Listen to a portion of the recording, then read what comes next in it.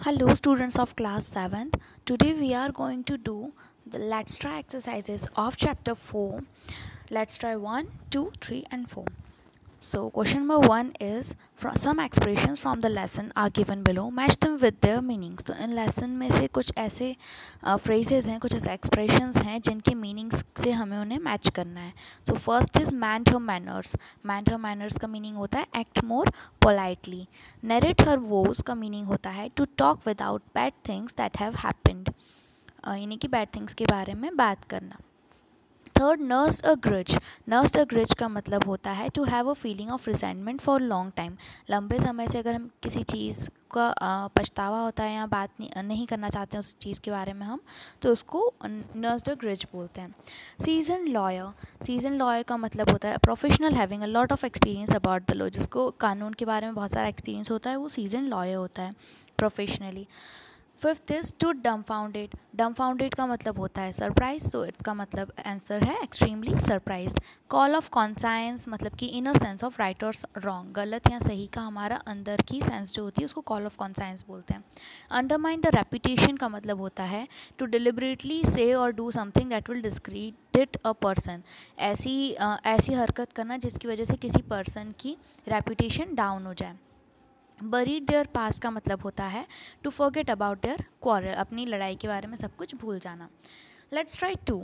The friendship was founded on a common outlook and a deep trust in each other. Here common outlook means, common outlook का मतलब है general attitude to life, मतलब life में general attitude, common attitude. Second, tired of the humiliation, the old lady decided to approach. किसको approach किया था old lady ने? पंचायत को. दो panchayat. Answer is D. When Algu was approached by the old lady, he was, जब Algu old lady के साथ old lady ने उन्हें approach किया था तो he was uncomfortable and reluctant. वो comfortable नहीं थे. Answer is B. Fourth, Algu's verdict in respect to the old woman case was, उनका जो आंसर था, जो रिप्लाई था, जो डिसीजन था वो किसके फेवर में था? In favour of the old lady. When Juman was appointed as the panch, Algu was dismayed. जब जुम्मन पंच बना था तब अलगू डिसमे हो गया था, मतलब छोड़ दिया गया था उसको. Let's try 3. This are the question answers जिनका हमको मतलब पता कर जिनके आंसर्स देने हैं. First, describe the friendship that Jumman and Algu shared. उस फ्रेंडशिप को डिस्क्राइब करना जो जुम्मन और अलगू शेयर करते थे एक दूसरे से. तो वो बेस्ट फ्रेंड्स थे. दे वर बेस्ट फ्रेंड्स. दे वर इनसेपरेबल. उनको कोई अलग नहीं कर सकता था.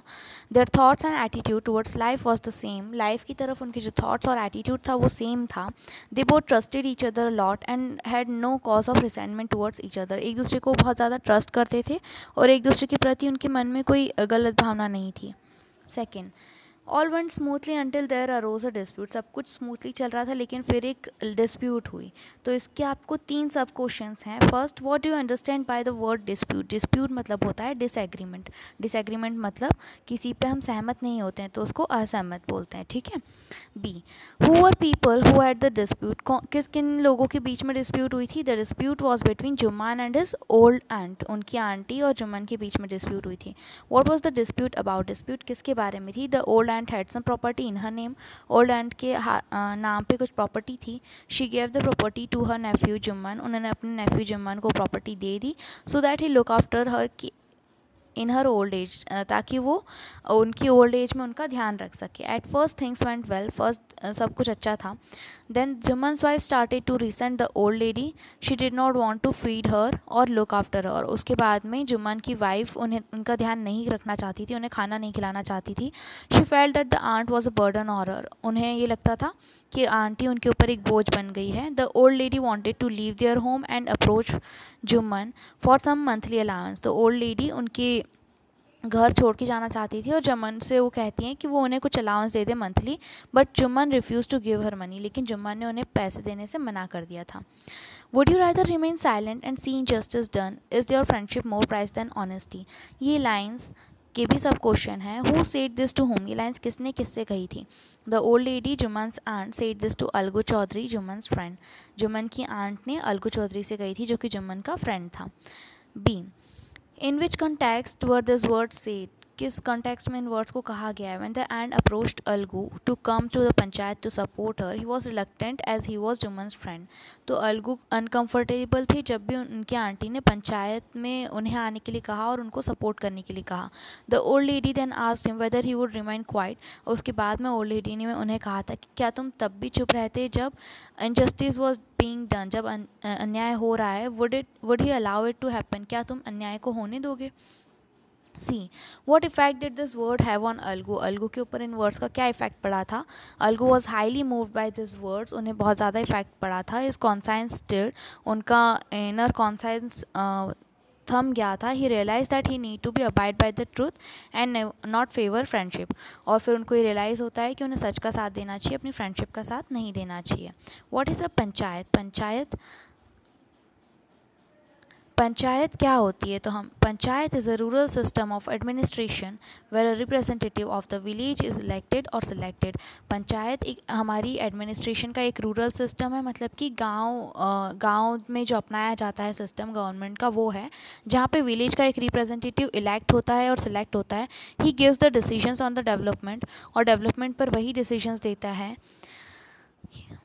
And also personal dispute that occur in village. और उसके बाद में वो पर्सनल ऑकर्स जो भी होती हैं, पर्सनल डिस्प्यूट्स जो भी होती हैं विलेज में, उनको भी डिसाइड करता है. Why was Jumman unhappy to have Algu appointed as panch by his aunt. Jumman happy क्यों थे जब अलगू को उनकी आंटी ने पंच बनाया था.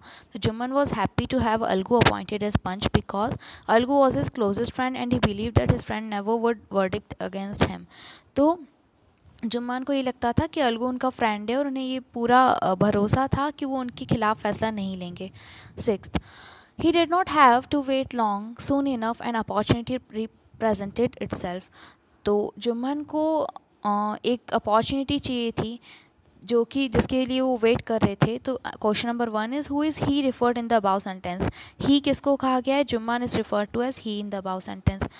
What was he waiting for. किसके लिए वेट कर रहे थे. वो वेटिंग कर रहे थे कि अलगू से उनका जो बदला लेना था, उनको रिवेंज लेना था. जो उनके साथ ह्यूमिलिएशन हुआ था, जो उनको डिसरिस्पेक्ट किया गया था, उसका उनको रिवेंज लेना था. What is the opportunity that came his way. कौन सी अपॉर्चुनिटी उनके हाथ लग गई थी. Algu owned a pair of bullocks. One of them died one day and Algu sold his other bullock to Samju Sahu, a cart driver. Samju was to pay him the bullock in a month's time. Algu के पास एक बैल का जोड़ा था और जिसमें से एक मर चुका था. तो अलगू ने अपना दूसरा बैल समझू साहू को बेच दिया था जो कि कार ड्राइवर था. तो समझू को उन्हें 1 महीने में पे करना था. Samjhu was greedy for money and he overwork the bullock to such an extent that it died. Samjhu पैसे के लिए बहुत ज़्यादा लालची था, तो उन्होंने बैल को ओवरवॉक कराया, दूसरा बैल नहीं लिया, सिर्फ उसी से सारा काम करवाया. तो इतना ज़्यादा काम करवाया कि वो मर गया. Samjhu then for many months did not pay Algu. और समझू ने बहुत सारे महीनों तक अलगू को पे ही नहीं किया. The case was then brought to panchayat. उसके बाद में केस पंचायत के पास गया. Where Samjhu appointed Jumman as the panch. यहाँ पे समझू ने जुम्मन को पंच बना दिया. Jumman then get the opportunity he had been waiting for. उसके बाद में जुम्मन को अपॉर्चुनिटी मिल गई जिसकी वो वेट कर रहा था. Read the question and give your opinion. Everyone realise that the panch is the symbol of democracy, truth and justice. Friendship and enmity are of no importance. Do you think this statement was brought out clearly in the story? Explain how it was brought out clearly and no important decisions taken by Algu and Juman when they become पंच. तो ये जो sentence है हर किसी को realise हुआ कि democracy और पंच जो है वो डेमोक्रेसी का सिंबल है. ट्रुथ सच और न्याय का सिंबल है. फ्रेंडशिप और एनिमिटी मतलब फ्रेंडशिप या दुश्मनी किसी इंपॉर्टेंस नहीं रखती हैं जब डेमोक्रेसी की बात आती है. तो क्या आपको लगता है कि ये थॉट कम्प्लीटली स्टोरी में क्लियरली समझाया गया है. और आपको ये भी एक्सप्लेन करना है कि कैसे बिना फ्रेंडशिप या एनिमिटी के डिफरेंस के, बिना उनको इम्पोर्टेंस दिए, अलगू और जुम्मन जब पंच बने थे तो उन्होंने फैसला लिया था. तो panch is a symbol of democracy, truth and justice was brought out appropriately in the story. तो ट्रूथ और जस्टिस अप्रोप्रिएटली अच्छे से बताया गया है जब अलगू को पंच बनाया गया. He at first was hesitant as he felt that being a good friend he would not be able to give a truthful verdict because he did not want to hurt his friend. तो जब अलगू को पंच बनाया गया उसको first hesitant feel हुआ क्योंकि उनको लगता था कि एज अ गुड फ्रेंड वो उनको फ्रेंड को हर्ट नहीं करना चाहते थे, और उन्हें लगता था कि अगर वो हर्ट नहीं करेंगे उन्हें तो वो गलत फ़ैसला ले लेंगे और सही फ़ैसला नहीं दे पाएंगे. But when he become the panch he realise that it was the second position. जब वो पंच बने तो उन्हें रियलाइज़ हुआ कि ये एक सेकंड पोजीशन है, न्याय की पोजीशन है. His conscience did not allow him to lie. उनकी इनर कॉन्साइंस उनको ये अलाउ नहीं कर रही थी कि वो लाई या गलत फैसला लें, झूठ बोलें.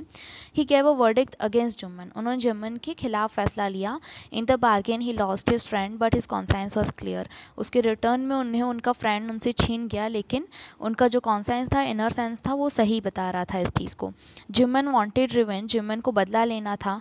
व्हेन ही वॉज अपॉइंटेड पंच. जब वो पंच बने थे, ही कॉन्साइंस वॉज ऑल्सो प्रिकल्ड हिम. और उनकी इनर कॉन्साइंस ने भी उन्हें बोला कि गलत फैसला नहीं लेना चाहिए. He realise that when you are placed in position of responsibility. उनको ये रियलाइज़ हुआ कि जब हमारे हाथ में कोई जिम्मेदारी होती है, it is difficult not to take the right decision. Revenge and anger do not have any importance then.